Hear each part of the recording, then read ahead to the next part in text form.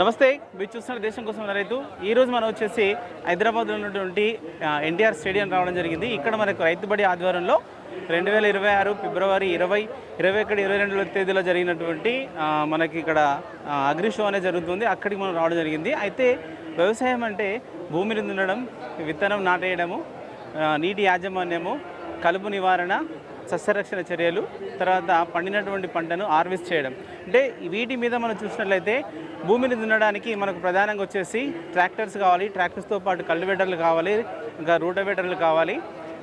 ఇక తర్వాత మనకి దున్ని తర్వాత విత్తనం విత్తుకోవడానికి సీడ్ డ్రిల్లర్స్ కావాలి. తర్వాత మనకు మొలిచినటువంటి మొలకను మనం నీటిని అందించాలి కాబట్టి మనకు డ్రిప్ ఇరిగేషన్ సిస్టమ్ అనేది కూడా కావాలి. నీటిపారుదల వ్యవస్థ అనేది కూడా ఇక్కడ ఉంది.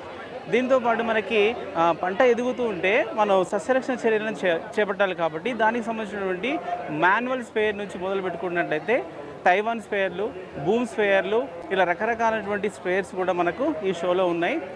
దీంతోపాటు మనకు పండినటువంటి పంటను మనం హార్వెస్ట్ చేసుకోవాలి కాబట్టి హార్వెస్టర్స్ కూడా ఇక్కడ మనకి చాలా రకాలైనటువంటి హార్వెస్టర్స్ ఉన్నాయి. ఇలా నమస్తే బ్రదర్, ఎక్కడి నుంచి మీరు? మీ పేరు చెప్పండి. నా పేరు శివకుమార్ అండి. నేను మహమ్మద్ పక్కన పెరిగిపోయిన విలేజ్కి వెళ్ళి వచ్చాను. ఇక్కడ అగ్రి షో ఉందని చెప్పేసి వచ్చాను. ఇక్కడికి 3 days ఉంది కదా, ఈరోజు లాస్ట్ డే అని చెప్పేసి కొంచెం సండే ఉంది కాబట్టి ఫ్రీ ఉన్నా వచ్చేసినామండి. పనిముట్లు అన్నీ బాగున్నాయి, చెట్లు కూడా. ఏమేమి చూసారు మీరు లోపల?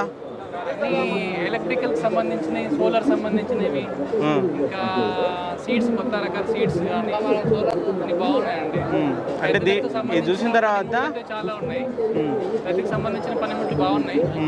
రైతులకు కూడా రీజనబుల్ రేటు కూడా వచ్చింటే బాగుంటుండే. దాంతోపాటు కొంచెం సబ్సిడీ కూడా వచ్చింటే గవర్నమెంట్కి వెళ్ళి బాగుంటుండే.